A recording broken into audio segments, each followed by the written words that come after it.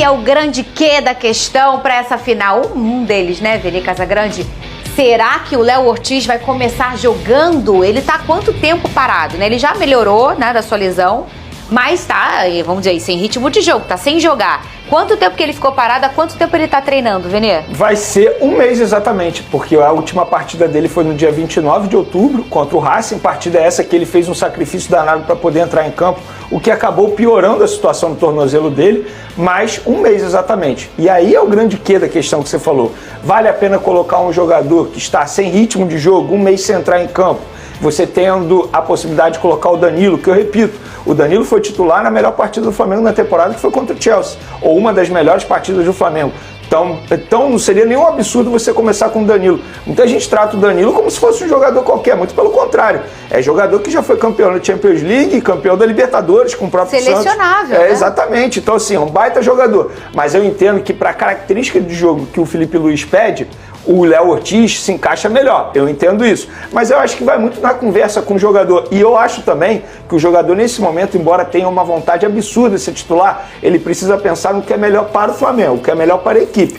Se o Léo Ortiz se sente 100% para jogar, acha que vai performar da melhor maneira possível, aí é uma conversa que ele vai ter com o Felipe Luiz, eu começaria com o Léo Ortiz. Mas a minha maior preocupação foi o que eu falei aqui. Não, depende dessa conversa. Ah, sim. Depende dessa conversa. A minha maior preocupação, e eu não tenho acesso a todos os dados, a tudo que o Felipe Luiz tem acesso, a minha maior preocupação é em relação ao ritmo de jogo. Porque estamos falando de uma final, jogo único, ou seja, cada detalhe vai fazer total diferença. Imagina se o Léo Ortiz erra uma passada de bola, isso faz diferença. E o Danilo, ele vem jogando, ele vem atuando, inclusive com a camisa da seleção brasileira. Então acho que essa decisão vai ser tomada depois de uma conversa do Felipe Luiz com o Léo Ortiz. Mas repito, independentemente da escolha do Felipe Luiz, não será um erro. Mas eu acho que o Flamengo tem outro quê também para resolver, lá no setor ofensivo. Samuel Lino ou Cebolinha? Porque o Felipe Luiz é um cara que gosta muito de Samuel Lino, já defendeu o Samuel Lino publicamente várias vezes em entrevista coletiva. Mas o Cebolinha vive um grande momento, vive o melhor momento. Então, para esse jogo, também tem esse quê da questão. Mas esse quê eu acho que tem que ser resolvido com o C, que no caso é o Cebolinha. Eu quero saber a opinião de Pedrosa, para ele me dizer se ele entraria ou não com o Léo Ortiz. Você em casa também pode participar no nosso X, #SBT Esporte, conversa com a gente. Bota o Flavinho aqui. Qual é a informação que você tem? Ô Flavinho, alguma coisa aí exclusiva? Me conta. Passando mais informações, Fernandinha, a gente fez aqui a rápida apuração. O Léo Pereira vai ser o entrevistado hoje na coletiva oficial da Conmebol, que acontece, né, sempre na véspera dos jogos. Então, na entrevista coletiva, hoje no final do dia, Felipe Luiz e o Léo Pereira. Falar um pouco do Palmeiras, do adversário do Flamengo. O Abel vai dar entrevista hoje às 3 horas da tarde. São horários diferentes. O Abel vem primeiro às 3 da tarde, depois 4 horas, 4h30, vem o Felipe Luiz. A gente ainda não sabe o jogador do Palmeiras que vai participar dessa coletiva, tá? E os clubes abriram mão desse reconhecimento do campo. Os jogadores nem vão lá, então vão só o técnico e o jogador que vai participar dessa coletiva. A provável escalação do Palmeiras, né? A gente lembra que o Everton é o grande desfalque, é o goleiro, o Carlos Miguel deve ser o substituto natural. O Palmeiras deve ir a campo com uma formação 3-5-2. Murilo, Gustavo Gomes, o Fux, os 3 zagueiros, o Kelvin e o Piquerez são os alas. Aí no meio de campo provavelmente deve colocar o Andréas Pereira, o Alan e o Rafael Veiga, uma formação bem ofensiva. E na frente os 2 atacantes, o Flaco Lopes e o Vitor Roque. Grande expectativa também dos palmeirenses em conquistar esse tetracampeonato. A Leila Pereira, presidente do Flamengo, até disse que o Palmeiras fez uma opção. Não quis dizer com essas palavras de abrir mão do Campeonato Brasileiro, de desistir. Mas quando separou os 11 jogadores, esses que eu citei, o time titular, para não ir a Porto Alegre enfrentar o Grêmio, a gente já vê que é a grande prioridade. O Palmeiras está apostando tudo nessa decisão de sábado. A Leila Pereira disse que é o jogo mais importante da vida dela, no título, o último do do Palmeiras. Em 2021 ela tinha vencido a eleição, mas não era de fato, ainda não tinha assumido a presidência. Então ela quer, como presidente, conquistar pela primeira vez essa Libertadores. Todo o clima da final a gente acompanha por aqui, Fernanda, é só chamar. E amanhã tem o nosso programa especial, estarei a postos lá nos arredores do estádio para mostrar todo o clima das chegadas de rubro-negros e palmeirenses para a grande decisão. Fernanda. Obrigada, Flavinho. Amanhã estamos aqui novamente, hein, Flávio? A gente começa nosso programa, uma edição especial do SBT Esportivo. Desligou na cara dele, Cris. Que loucura! Meio-dia, não é isso, Cris? Você vem, Cris, também? É que ele tá sem voz, esse negócio de gol do Fluminense. Meio-dia a gente chega na tela da tua televisão, até 2. Vai ter um monte de coisa, vai ter campinho, eu quero os meninos analisando cada time, o time do Palmeiras, o time do Flamengo, eu quero fazer toda essa análise tática. A gente vai ter um monte de VT legal, um monte de matéria legal, números do Arrascaeta. Tá nervoso, Vene Luiz? Que não vive um bom momento na skin Libertadores, né? Nossa, ele imagina. Ele não tem sido o grande jogador que ele vem sendo com a camisa do Flamengo na Libertadores. Né? Pô, mas ele até ele mais ou menos, Pedrosa, ele é muito, hein? Inclusive, o melhor jogador do Flamengo na Libertadores é o Rossi, que pra mim tem que ser candidato a melhor da competição. Isso aí eu concordo. Porque, inclusive, ele classifica o Flamengo com penalidades máximas, Claro. né? A trajetória do Flamengo na Libertadores não é uma trajetória regular. Muito pelo contrário, se você pegar o que o Palmeiras fez na Libertadores e o que o Flamengo fez na Libertadores, a Libertadores do Palmeiras é infinitamente superior à do Flamengo. Em fase de grupos, em mata-mata, tomou o 3-0, mas ainda consegue uma virada histórica. Agora, na temporada inteira, o Flamengo mostra isso no Campeonato Brasileiro, que foi uma equipe mais regular, e no confronto direto que teve recentemente, conseguiu vencer o Palmeiras no Maracanã, jogando mais bola. E chega também melhor para esse confronto.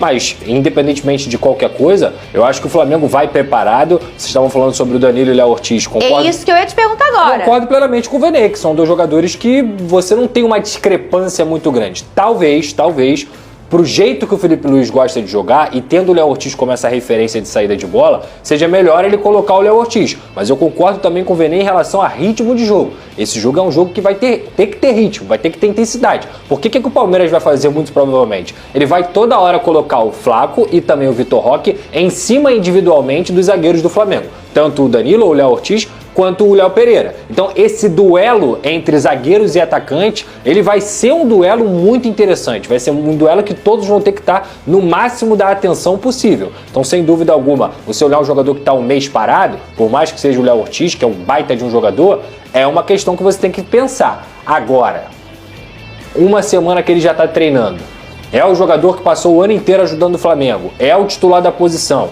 ele vai chegar no melhor momento, talvez, da carreira dele. E é fominha, né? Mas é por isso que ele jogou contra o Racing. Eu acho que ele vai jogar. Eu acho que ele vai jogar. Foi fominha. Agora, tem algo também que pesa muito na minha decisão, por exemplo. Por que eu penso em colocar o Danilo ainda? Se o Flamengo não tivesse o Jorginho, eu botaria o Léo Ortiz na base de sacrifício, porque o Léo Ortiz ia tentar fazer aquilo que o Jorginho consegue fazer no meio de campo. Não como volante, mas na saída de bola. Entendi. Porque o Jorginho é importante nisso. Inclusive, eu acho que o jogo de xadrez do Abel Ferreira em cima do Flamengo vai ser esse. Sim. Como neutralizar o Jorginho.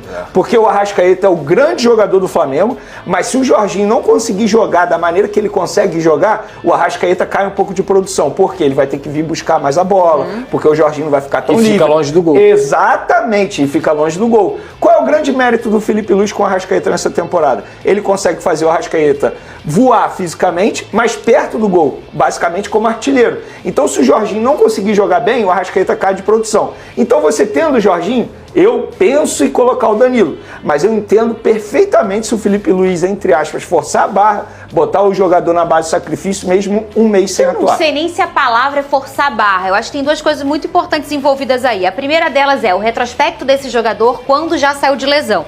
Que isso é um ponto muito importante, um ponto talvez até chave, e obviamente a comissão do Flamengo tem essa informação. Todas as vezes que o Léo Ortiz, na carreira dele, se machucou, quando ele volta sem ritmo, ele volta mais lento, na marcha lenta, ou ele volta natural? Isso é muito de cada jogador, a individualidade biológica. E o outro ponto, que é um ponto chave também, que é aquela conversa com o treinador. Professor, eu quero muito jogar, eu tô pronto, eu não tô sentindo dor, eu me preparei. Mas o Felipe Luiz viveu isso. Inclusive, em 2021, na final da Libertadores contra o Palmeiras, o Felipe Luiz entrou desse jeito que a gente está aqui mencionando em relação ao Léo Ortiz, deu no que deu. O primeiro gol do Palmeiras foi nas costas dele e logo depois ele pediu para sair de campo e quem entrou no lugar dele foi o René. Então o Felipe Luiz já viveu isso na pele, sabe muito bem como que é importante você estar 100% com o ritmo de jogo, fisicamente falando, para uma decisão como essa. Não, isso é importantíssimo demais, isso sem sombra de dúvida, né? É um trunfo, você tá com o seu time inteiro a 100%. Só que nem sempre isso vai ser possível. E aí vai muito da coragem também. Não só do jogador de pedir, mas como do treinador de deixar, o Pedrosa. Eu acho que o Léo Ortiz não vai querer ficar fora. Eu também acho que não vai querer ficar fora de jeito nenhum. Felipe Luiz vai perguntar, e aí, Léo, como é que tá? Tô 100%. É isso. Vai fazer o quê? É isso, pô. Tô 100%, Não, tô pronto pra jogar, não tem jeito. E sobre a questão lá na frente, se fosse o papo entre Samuel Lino e Everton Cebolinha, meu titular é Everton Cebolinha, fato. Só que eu vou dar uma sugestão que eu não deveria dar. Teve outro jogo que eu dei sugestão. Foi Pedrosa. Bom, entendeu? Eu botaria o Luiz Araújo na direita e o Carrascal na esquerda.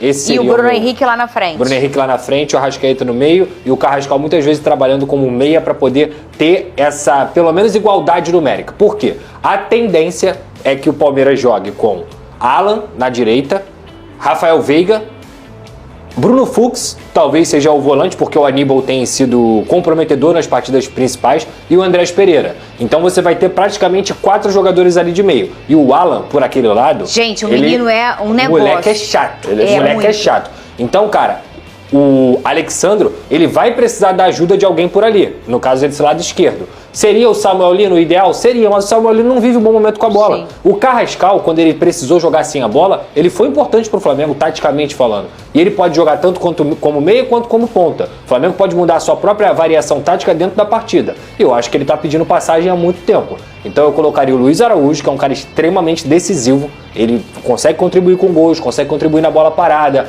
no chute de fora da área e também tem um papel tático importante, e o Carrascal na esquerda. Você faria isso também, Vene? Então, eu sou um cara que vocês sabem que eu sou fãzaço do futebol do Luiz Araújo, mas como eu mencionei ontem, o meu time seria Rossi, Varela, Danilo ou Léo Ortiz, enfim, Léo Pereira, Alexandro, Pulgar, Jorginho Arrascaeta, Carrascal, e aí na ponta esquerda Cebolinha e o Bruno Henrique. Você deixaria o Carrascal... Por que eu acho que ele vai fazer isso, inclusive na questão do setor ofensivo? Porque o Carrascal ele consegue preencher o meio de campo. E o Arrascaeta, teoricamente, se aproximaria mais do Bruno Henrique, jogando como atacante. E o Cebolinha, ele tá vivendo uma boa fase na ponta esquerda. Mas eu acho que ele ainda vai manter o Samuel Lino.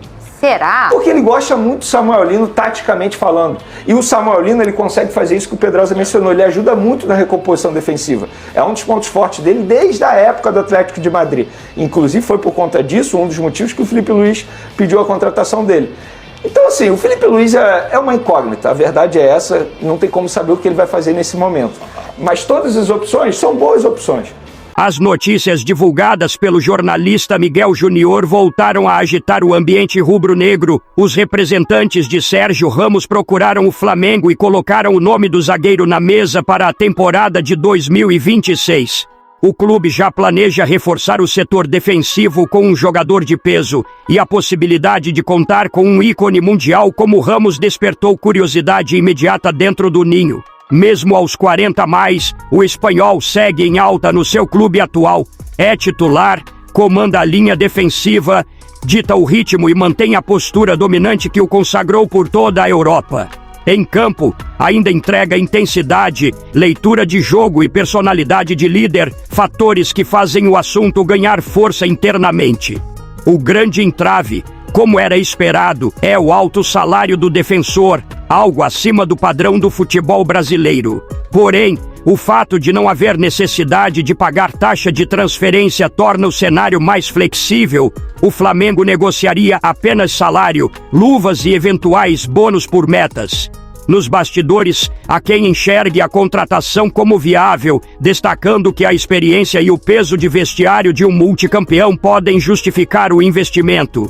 A oferta do staff não significa que o acerto esteja próximo, mas revela que Sérgio Ramos está disposto a ouvir e que enxerga o Flamengo como uma possibilidade real. Jogar no Maracanã, em um ambiente de paixão incomparável, pode pesar para o zagueiro no momento de escolher os últimos passos da carreira. No momento, tudo permanece em fase inicial. Ainda assim, o simples fato de ter sido oferecido coloca Ramos no radar do Flamengo para 2026 e a diretoria acompanha cada movimento do cenário com atenção. Agora eu quero saber a opinião de vocês. Sérgio Ramos será um bom reforço? Sim ou não? Deixe sua opinião no comentário. Não esqueça de curtir o vídeo e inscreva-se no canal para não perder nada do Flamengo. Até a próxima e saudações rubro-negras.